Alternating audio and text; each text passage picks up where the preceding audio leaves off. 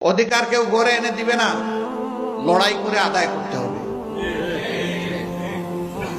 এবং আমরা চাই প্রত্যেকটি নাগরিক তার ন্যায্য অধিকার পাক।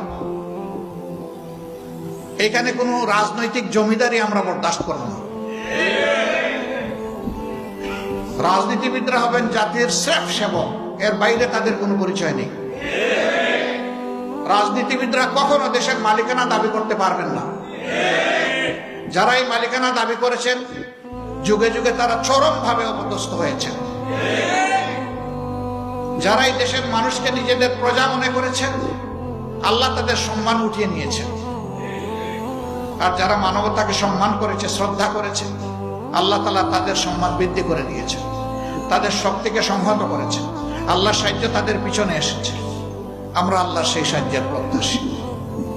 এমন একটা জাতি আল্লাহ তাআলা আগামী দিনে আমাদেরকে গড়ার তৌফিক দিন, যেখানে মানুষে মানুষে কোনো ভেদাভেদ থাকবে না। প্রত্যেকটি মানুষ তার দেশের পরিচয় দিয়ে দেশে এবং প্রবাসে, বিশ্বে সকল জায়গায় গর্ববোধ করবে। এমন একটি জাতি গড়ার